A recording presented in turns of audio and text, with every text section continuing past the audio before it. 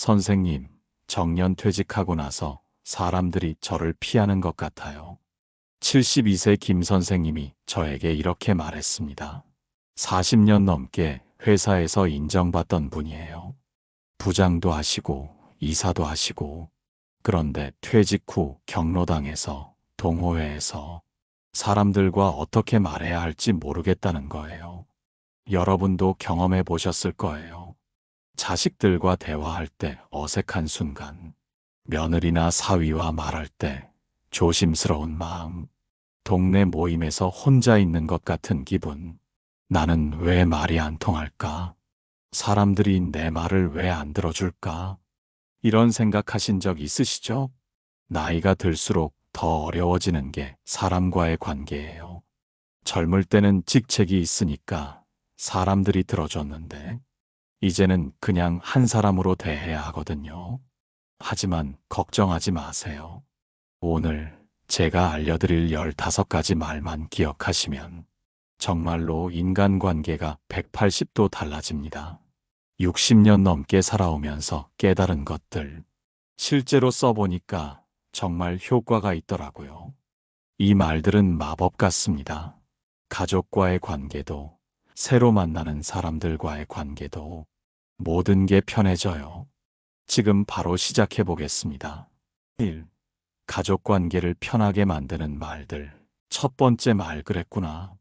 자식이 뭔가 말할 때 바로 조언하지 마세요. 아니야, 그게 아니야 라고 하지 마세요. 아들이 아버지, 회사에서 힘들어요 라고 할 때 예전 같으면 내가 너 나이 때는 이라고 했을 거예요. 하지만 이제는 그랬구나부터 시작하세요. 그랬구나, 많이 힘들겠네. 이 한마디가 아들의 마음을 열어줍니다. 며느리가 어머니, 애가 감기에 걸렸어요 라고 할 때 감기쯤 뭐 대수야, 우리 때는 이렇게 말하고 싶어도 참으세요. 그랬구나, 많이 걱정되겠네. 이 말이 며느리의 마음을 편하게 해줘요. 왜 이 말이 효과적일까요? 심리학에서는 이것을 공감적 경청이라고 합니다. 그랬구나는 상대방의 감정을 그대로 받아들이는 말이에요. 판단하지 않고, 비판하지 않고, 평가하지 않고, 그냥 내 마음이 그렇구나라고 인정해 주는 거예요. 이런 반응을 받으면 사람의 뇌에서는 안정감을 느끼는 호르몬이 분비됩니다. 옥시토신이라는 호르몬이에요. 이 호르몬이 나오면 상대방에 대한 신뢰감이 높아져요. 그래서 더 많은 이야기를 하고 싶어지는 거죠. 60세가 넘으면 우리 뇌의 감정 처리 능력이 달라집니다.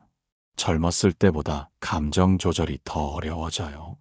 특히 스트레스 호르몬인 코르티솔의 영향을 더 많이 받게 됩니다. 그래서 작은 말 한마디에도 더 민감하게 반응하게 되는 거예요. 반대로 긍정적인 말을 들으면 젊었을 때보다 더 큰 감동을 받아요. 뇌의 보상 시스템이 더 활발해지거든요. 두 번째 말 고마워. 가족에게 고마워라는 말을 자주 하세요. 당연한 것도 고마워하는 거예요. 아내가 밥을 해줄 때 40년 넘게 해준 일이라도 고마워라고 하세요. 며느리가 집안일을 도와줄 때도 며느리가 당연히 해야 할 일이라고 생각하지 마세요. 고마워. 덕분에 집이 깨끗해졌네. 이 말이 가족의 마음을 따뜻하게 만들어요. 손자, 손녀가 안부 전화를 할 때 당연히 해야 할 일이라고 생각하지 말고 고마워, 할아버지 생각해줘서 이렇게 말해보세요. 고마워라는 말이 사라진 집은 차가워져요. 모든 게 당연하다고 생각하는 순간 가족도 멀어지기 시작합니다. 심리학자들이 연구한 결과를 보면 부부가 하루에 고마워를 5번 이상 말하는 가정이 그렇지 않은 가정보다 행복도가 3배 높다고 해요. 이것은 감사 표현의 법칙이라고 부르는 현상입니다. 감사를 표현하면 뇌에서 도파민이라는 행복 호르몬이 나와요. 이 호르몬이 나오면 상대방에 대한 애정이 더 깊어집니다. 특히 60대 이후 부부에게는 더욱 중요해요. 자식들이 독립하고 나면 서로만 남거든요. 이때 서로에게 고마움을 표현하지 않으면 정말로 남남 같아질 수 있어요. 30년, 40년을 함께 살아온 부부라도 고마워라는 말이 없으면 관계가 메마르기 시작합니다. 세 번째 말, 미안해. 나이가 들수록 사과가 어려워집니다. 자존심도 있고 체면도 있고, 하지만 미안해는 관계의 윤활유예요. 자식과 의견이 다를 때 내가 너보다 인생 경험이 많다, 이런 말보다는 미안해, 내가 너무 강요했나 봐, 이렇게 말해보세요. 며느리와 갈등이 생겼을 때 며느리가 잘못했다고 생각해도 먼저 미안해라고 말해보세요. 미안해, 내가 배려가 부족했나 봐. 이 말이 관계를 회복시켜줍니다. 자존심보다 관계가 더 소중해요. 이기는 것보다 함께 사는 게 더 중요하거든요. 나이가 들수록 사과하기가 더 어려워지는 이유가 있어요. 심리학에서는 이것을 자아 방어 기제의 강화라고 합니다. 오랫동안 살아온 경험과 자존심이 쌓이다 보니 잘못을 인정하는 것이 더 힘들어지는 거예요. 하지만 연구 결과를 보면 먼저 사과하는 사람이 관계에서 더 큰 존경을 받는다고 해요. 이것을 도덕적 용기 효과라고 부릅니다. 캐나다의 한 뇌과학 연구소에서 실험을 했어요. 60대 이상의 사람들을 대상으로 사과를 받았을 때와 받지 않았을 때의 뇌파를 측정했거든요. 결과가 놀라웠어요. 진심 어린 사과를 들었을 때 뇌의 전전두엽이라는 부분이 활성화됐어요. 이 부분은 감정 조절과 행복감을 담당하는 곳이에요. 즉, 사과를 들으면 정말로 기분이 좋아지는 거죠. 네 번째 말, 어떻게 생각해? 일방적으로 말하지 마세요. 상대방의 의견을 물어보는 거예요. 가족 여행 계획을 세울 때 우리는 이렇게 할 거야 라고 하지 말고, 어떻게 생각해? 어디 가고 싶어? 이렇게 물어보세요. 집안 문제를 결정할 때도 혼자 결정하지 말고, 어떻게 생각해? 내 의견도 들어보고 싶어. 이 말이 소통의 문을 열어줍니다. 다섯 번째 말, 내 마음을 이해해. 판단하지 말고 이해하려고 하세요. 아들이 이직을 하겠다고 할 때 요즘 젊은이들은 참을성이 없어, 이렇게 말하지 마세요. 내 마음을 이해해. 많이 고민했을 거야. 이렇게 말해보세요. 딸이 육아로 힘들어할 때 우리 때는 더 힘들었어, 이런 말보다는 내 마음을 이해해. 정말 힘들겠다. 이 말 한마디가 마음의 벽을 허뭅니다. 이 직장 동료들과 좋은 관계 만드는 말들. 요즘 60대 이후에도 일하시는 분들이 많아졌어요. 건강하게 오래 살다 보니 일할 수 있는 기간도 길어진 거죠. 하지만 새로운 직장에서 적응하기가 쉽지 않아요. 특히 나보다 어린 상사나 동료들과 일해야 할 때 어떻게 말해야 할지 참 어렵거든요. 심리학자들은 이것을 세대 간 인지 부조화라고 해요. 서로 다른 시대를 살아온 사람들이 만나면 자연스럽게 생각의 차이가 생기는 거예요. 젊은 세대는 빠르고 효율적인 것을 중요하게 여기고, 우리 세대는 정중하고 단계적인 것을 중요하게 여기죠. 이런 차이 때문에 오해가 생기기 쉬워요. 하지만 올바른 말하기를 통해서 이런 차이를 오히려 장점으로 만들 수 있어요. 여섯 번째 말, 안녕하세요. 먼저 인사하세요. 나이가 많다고 기다리지 마세요. 재취업한 회사에서 나보다 어린 상사에게 먼저 인사하세요. 안녕하세요. 어색해도 서먹해도 이 인사가 관계의 시작입니다. 새로 들어온 젊은 직원들에게도 내가 선배니까라는 생각 버리고 안녕하세요, 잘 부탁드려요, 이렇게 말해보세요. 일곱 번째 말, 수고하세요. 작은 배려가 큰 감동을 줘요. 실제 사례 13. 회사 청소하시는 분들에게 수고하세요, 이 한마디를 꼭 하세요. 젊은 직원들이 이런 모습을 보면 역시 연세 있으신 분은 다르시네. 이런 생각을 하게 돼요. 배달 온 기사님에게도 택배 받을 때도 수고하세요. 이 말이 세상을 따뜻하게 만들어요. 여덟 번째 말 괜찮아요. 작은 실수는 넘어가 주세요. 젊은 직원이 실수했을 때 화부터 내지 말고 괜찮아요.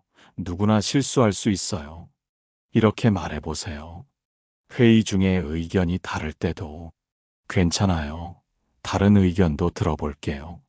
이런 태도가 좋은 관계를 만들어요. 아홉 번째 말 잘하시네요. 칭찬을 아끼지 마세요. 젊은 직원이 프레젠테이션을 잘했을 때 요즘 젊은이들은 이런 건 잘해. 이렇게 말하지 말고 정말 잘하시네요.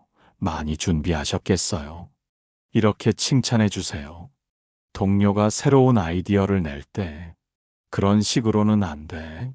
이런 말보다는 참신하네요. 잘 생각하셨어요. 이 말이 관계를 돈독하게 만들어요. 열 번째 말같이 해요. 혼자 하지 말고 함께 하세요. 점심 먹으러 갈 때 혼자 가지 말고 같이 해요. 어디 갈까요? 이렇게 말해보세요. 새로운 프로젝트를 할 때도 같이 해요. 제가 도울 게 있으면 말씀하세요. 이 말이 팀워크를 만들어줍니다. 조직 심리학에서 말하는 포용적 리더십이라는 개념이 있어요. 나이가 많고 경험이 많다고 해서 무조건 가르치려고 하면 젊은 직원들이 부담스러워해요. 하지만 같이 해요라는 말로 동등한 위치에서 접근하면 젊은 직원들도 편안하게 받아들여요. 일본의 한 대기업에서 연구한 결과를 보면 60대 이상의 시니어 직원들이 협력적 언어를 사용할 때 팀의 성과가 평균 15% 향상됐다고 해요. 협력적 언어란 명령하지 않고 제안하는 말투를 뜻해요. 이렇게 해라 대신 같이 해보자. 내가 해줄게 대신 같이 해요. 이런 식으로 말하는 거예요. 3. 동호회나 모임에서 쓰는 말들. 하버드 대학교에서 80년 동안 사람들을 추적 관찰한 연구가 있어요. 하버드 성인 발달 연구라고 불리는 유명한 연구죠. 이 연구에서 놀라운 사실을 발견했어요. 노년기에 건강하고 행복하게 사는 가장 중요한 요소가 바로 좋은 인간관계라는 거예요. 돈이나 명예보다 더 중요하다고 결론 지었어요. 반대로 사회적으로 고립된 노인들은 치매 발병률이 50%더 높다는 연구 결과도 있어요. 사람과의 대화가 뇌를 자극해서 인지 기능을 유지하는 데 도움이 되거든요. 그래서 동호회나 모임 참여가 정말 중요해요. 하지만 새로운 사람들과 만나는 게 쉽지 않죠. 특히 갈등 상황이 생겼을 때 어떻게 말해야 할지 모르겠다는 분들이 많아요. 11번째 말, 천천히 말해보세요. 상대방이 화가 났을 때 같이 화내지 마세요. 등산 모임에서 의견 충돌이 생겼을 때 당신이 잘못 생각하는 거야. 이렇게 말하지 말고 천천히 말해보세요. 어떤 부분이 문제인지. 이 말이 상황을 진정시켜요. 아파트 입주민 회의에서 갈등이 생겼을 때 목소리 높이지 말고 천천히 말해보세요. 차근차근 들어볼게요. 이런 태도가 갈등을 해결해 줍니다. 12번째 말, 제가 잘못 생각했나 봐요. 자존심 세우지 마세요. 골프 모임에서 규칙에 대해 다른 의견이 나왔을 때 내가 골프 친 게 몇 년인데 이런 말보다는 제가 잘못 생각했나 봐요. 다시 확인해 보죠. 이 말이 갈등을 없애줍니다. 복지관 강의에서 다른 분과 의견이 다를 때 제 경험으로는 이런 말보다는 제가 잘못 생각했나 봐요. 선생님 의견이 맞는 것 같네요. 이렇게 말해보세요. 심리학에서는 이것을 겸손 효과라고 불러요. 겸손한 태도를 보이는 사람을 더 신뢰하게 된다는 거예요. 특히 나이가 많고 경험이 많은 사람이 겸손할 때 주변 사람들이 더 큰 존경심을 갖게 돼요. 미국 대학교의 뇌과학 연구진이 실험을 했어요. 겸손한 말을 하는 사람을 볼 때 뇌의 신뢰 중추라는 부분이 활성화된다고 해요. 반대로 고집을 부리는 사람을 볼 때는 뇌의 경계 중추가 활성화돼요. 즉, 겸손한 말은 상대방의 신뢰를 얻는 데 도움이 되고 고집 부리는 말은 경계심만 불러일으킨다는 거죠. 등산 모임에서 산길에 대해 의견이 다를 때 내가 이 길을 30년 다녔는데 이런 말보다는 제가 잘못 생각했나 봐요. 다시 확인해 보죠. 이렇게 말하면 모임 분위기가 훨씬 좋아져요. 13번째 말 시간을 두고 생각해 볼게요. 즉답하지 마세요. 동호회에서 임원직을 맡아달라고 할 때 못해요 또는 하겠어요. 바로 대답하지 말고 시간을 두고 생각해 볼게요. 이 말이 현명한 대답을 가능하게 해요. 이웃에게서 부탁을 받았을 때도 시간을 두고 생각해 볼게요. 답변 드릴게요. 이렇게 말하면 서로 부담이 없어요. 14번째 말 도움이 필요하면 말해요. 상대방이 힘들어할 때 조언하지 말고 도움을 제안하세요. 경로당에서 몸이 불편한 분을 보았을 때 나이 들면 다 그래. 이런 말보다는 도움이 필요하면 말해요. 이 말이 진짜 위로가 됩니다. 새로 이사 온 이웃이 있을 때 이사가 힘들죠. 이런 말보다는 도움이 필요하면 말해요. 이 동네 잘 아니까. 이렇게 말해보세요. 여러분, 이 말들이 단순해 보이시나요? 하지만 실제로 써보시면 알아요.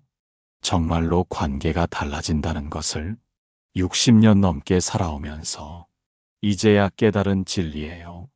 말이 사람을 살리기도 하고 말이 사람을 죽이기도 해요. 미국 국립보건원에서 발표한 연구 결과를 보면 긍정적인 말을 자주 들은 사람들이 그렇지 않은 사람들보다 수명이 평균 7년 더 길다고 해요. 이것은 단순히 기분의 문제가 아니에요. 긍정적인 말을 들으면 실제로 면역 체계가 강화돼요. 스트레스 호르몬인 코르티솔 수치가 낮아지고 행복 호르몬인 세로토닌 수치가 높아져요. 특히 60대 이후에는 더욱 중요해요. 나이가 들면서 사회적 활동이 줄어들다 보니 하루 종일 말을 안 하는 날도 생기거든요. 이럴 때 가족이나 이웃과 나누는 몇 마디 말이 하루의 기분을 좌우할 수 있어요. 그래서 더욱 신중하게, 더욱 따뜻하게 말해야 하는 거예요. 15번째 말 고생했어요. 하루를 마무리할 때 가족에게, 동료에게, 자기 자신에게도 회사에서 집에 돌아왔을 때 아내에게 고생했어요. 아내도 남편에게 고생했어요. 이 말이 하루의 피로를 씻어줘요. 모임이 끝나고 헤어질 때 고생했어요. 오늘도 함께 해주셔서 고마워요. 이 말이 다음 만남을 기대하게 만들어요. 전화 통화할 때 바쁜 시간에 전화드려서 죄송해요. 시간 괜찮으실 때 다시 연락드릴게요. 문자 메시지 보낼 때 답장은 편하실 때 해주세요. 확인만 해주시면 돼요. 모임 참석할 때 늦어서 죄송해요. 먼저 와서 준비해 주셔서 고마워요. 선물을 받았을 때 이런 것까지 신경 써주셔서 마음만으로도 충분한데 부탁을 거절할 때 도와드리고 싶은데 상황이 안 돼서 다음에는 꼭 도와드릴게요. 이런 말들을 평소에 연습해 두세요. 자연스럽게 나올 때까지. 그러면 어떤 상황에서도 당황하지 않고 좋은 관계를 만들 수 있어요. 오늘 우리가 배운 15가지 말. 가족 관계를 위한 5가지. 그랬구나. 고마워. 미안해. 어떻게 생각해? 내 마음을 이해해. 직장 관계를 위한 5가지. 안녕하세요. 수고하세요. 괜찮아요. 잘하시네요. 같이 해요. 모임에서 쓸 수 있는 5가지 천천히 말해보세요. 제가 잘못 생각했나 봐요. 시간을 두고 생각해 볼게요. 도움이 필요하면 말해요. 고생했어요. 여러분, 60년 넘게 살아오시면서 정말 많은 말들을 하셨잖아요. 때로는 상처 주는 말도 했고, 때로는 후회되는 말도 했을 거예요. 하지만 이제는 괜찮아요. 오늘부터 이 15가지만 기억하세요. 말을 바꾸면 관계가 바뀌고, 관계가 바뀌면 인생이 바뀝니다. 나이가 들수록 더 소중한 게 사람이에요. 건강도 중요하지만 좋은 사람들과 함께하는 게 더 중요해요. 이 15가지 말이 여러분의 남은 인생을 더 따뜻하고 더 행복하게 만들어줄 거예요. 스탠포드 대학교의 심리학과에서 진행한 연구를 보면 70대 이후에도 새로운 관계를 만들어가는 사람들이 그렇지 않은 사람들보다 인지 능력이 20% 높다고 해요. 새로운 사람과 대화하는 것 자체가 뇌에 좋은 자극을 주는 거예요. 이것을 사회적 인지 자극 효과라고 부릅니다. 전 세계적으로 유명한 블루존 지역들을 아시죠? 100세 넘게 사는 사람들이 많은 지역 말이에요. 일본의 오키나와, 그리스의 이카리아 섬, 이탈리아의 사르데냐, 섬 같은 곳들이에요. 이 지역들의 공통점이 뭔지 아세요? 바로 노인들이 매일 사람들과 대화를 나눈다는 거예요. 서로 안부를 묻고 고민을 들어주고 따뜻한 말을 주고받는 문화가 있어요. 우리나라 60-70대 분들은 특히 더 조심스러워 하세요. 괜히 나서서 실수하면 어쩌나. 젊은 사람들이 나를 구식이라고 생각하면 어쩌나. 이런 걱정 때문에 말을 아끼게 되거든요. 하지만 걱정하지 마세요. 오늘 알려드린 15가지 말만 기억하시면 어떤 상황에서도 자신 있게 대화할 수 있어요. 오늘 저녁 식사 때 가족에게 고마워라고 말해보세요.